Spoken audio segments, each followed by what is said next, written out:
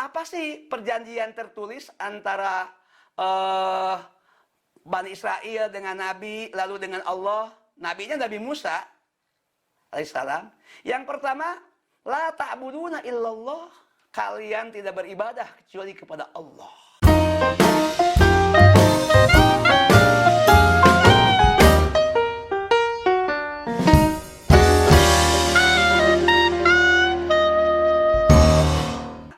Yang keempat, Al-Yahud ini nama negara, dan ini adalah fenomena modern, khususnya sejak 14 Mei 1948 dengan bantuan Amerika dan Inggris, mereka mendeklarasikan berdirinya negara Yahudi, Israel. Maka konsep Al-Yahud sekarang menjadi nation and state, negara bangsa, negara dan bangsa. Itu. Nah, mana yang akan menjadi sorotan dalam tafsir kita adalah kita tidak menyoroti negara Yahudi, kita akan menyoroti pada tafsir yang dibaca tadi itu karakter saja.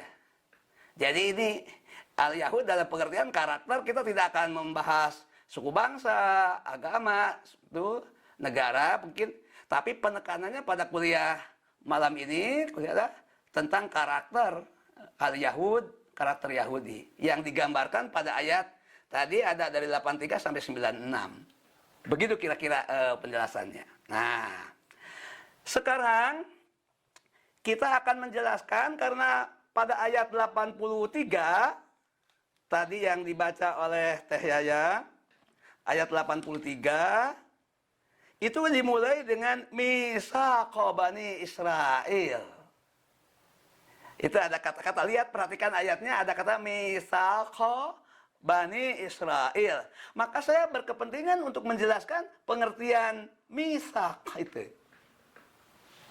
Nah, dalam ini kita sebut, nah, 4 level perjanjian luhur.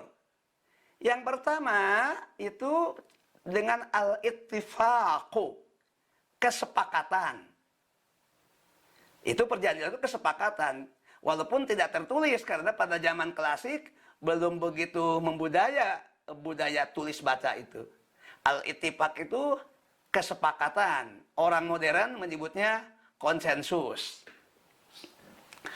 Nah, ada yang lebih tinggi, al-ahdu. Al-ahdu perjanjian juga, tapi itu lebih kuat, lebih mendalam, terkait dengan tradisi, terkait dengan budaya. Nah, al-mitsaq lebih tinggi. Di mana ketinggiannya? Karena al-mitsaq itu perjanjiannya tertulis. Itu, perjanjian tertulis, itu al-mitsaq. Perjanjiannya tertulis. Nah, kenapa yang tertulis itu lebih kuat? Karena tulisan itu bisa menembus lintas waktu, lintas budaya. Bisa lebih abadi. Tuh. Nah, Al-Quran ada yang lebih tinggi lagi. Kata-kata al-mitsaq yaitu dengan mitsaqun ghalidha.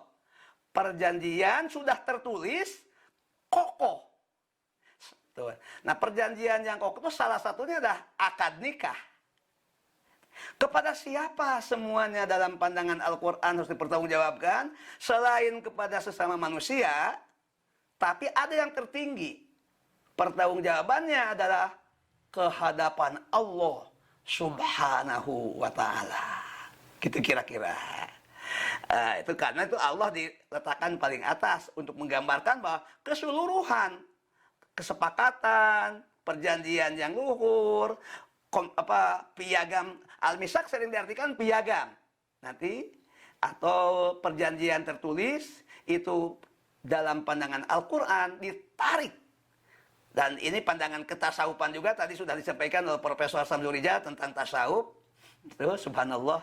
Nah, sekarang kita akan melihat apa isinya yang Mitsaq Bani Israil itu tadi yang disebut pada ayat 83 itu apa. Yang pertama, ini ada 10, di sini disebutkan 8. Yang pertama ini saya sedang menguraikan ayat 83. Apa sih perjanjian tertulis antara Bani Israel dengan Nabi, lalu dengan Allah. Nabinya Nabi Musa alaihissalam. Yang pertama, la ta'buduna illallah. Kalian tidak beribadah kecuali kepada Allah. Karena ini perjanjian ini ada kaitan dengan iman. Ada kaitan dengan syahadat. Nomor satu adalah kalian tidak beribadah kecuali kepada Allah. Nah itu yang kedua. Ini adalah berbuat ihsan kepada kedua orang tua. Jadi ini betul-betul yang satu bersifat ilahiyah, yang kedua bersifat insaniyat. Yang ketiga, berbuat ihsan kepada orang yang dekat. Orang yang dekat itu terbagi dua, bisa dekat tempat tinggalnya, disebut aljar atau jiron, tetangga. Bisa dekat hubungan darahnya. Kalau dekat hubungan darahnya adalah kerabat. Dua-duanya harus diperlakukan ihsan. Dekat tempat tinggalnya, itu tetangga. Dekat hubungan darahnya.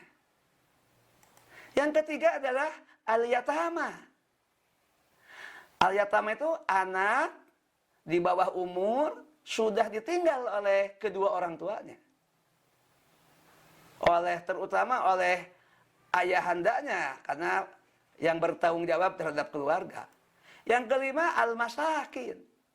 Al-masakin itu orang-orang miskin. Kalau dikembalikan pengertian dari kata sakana, yang artinya diam. Dia tidak mampu mengembangkan potensi berpikir, potensi yang ada pada tangan, pada kaki, pada lidah. Maka orang itu menjadi pasif.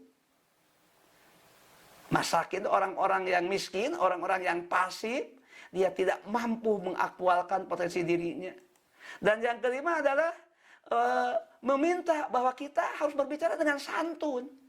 Wa qulu linnasi husna.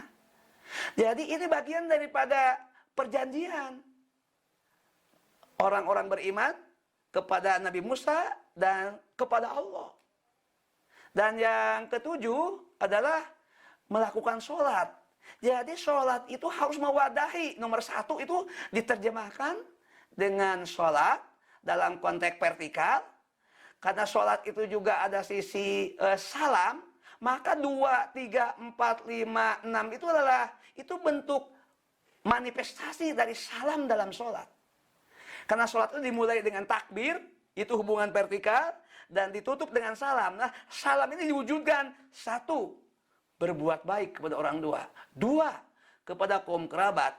3, kepada anak yatim. 4, kepada orang miskin. Dan yang 5, punya budaya yang santun. Kesantunan, termasuk kesantunan dalam berpolitik. Termasuk kesantunan dalam mengelola negara. Termasuk kesantunan dalam bersosial media. Dan yang ketiga, itu adalah zakat. Zakat ini luar biasa, nanti bisa dibahas tersendiri. Itu disebut dengan ruknul ijtimai. Rukun Islam yang memang terkait dengan masalah sosial. Dan zakat itu menjadi penyangga terbentuknya keadilan sosial. Nah inilah 8. Masih ada 2 lagi, nanti keseluruhannya jadi 10. Barangkali ini yang disebut dengan 10 commandment. 10. Ini baru 8. Nah, mana yang 2 lagi? Ini dia, 2 lagi. Nah, yang ke-9, la tasfikuna dima'akum. Ini bisa dibaca pada ayat 84. Tidak menumpahkan darah. Maksudnya tidak melakukan pembunuhan sembarangan. La tasfikuna dima'akum itu tidak menumpahkan darah kalian. Maksudnya itu. Dan yang ke-10, tidak mengusir kalian dari tanah kelahirannya. Wala tuhrijuna anfusakum min diyarikum, itu tidak mengusir orang dari tanah kelahirannya. Nah, tanah kelahiran itu dan kemudian darah diakomodir oleh barat menjadi bagian daripada HAM. Nah, kalau dijumlahkan tadi 8 tambah ini 2, itu menjadi 10.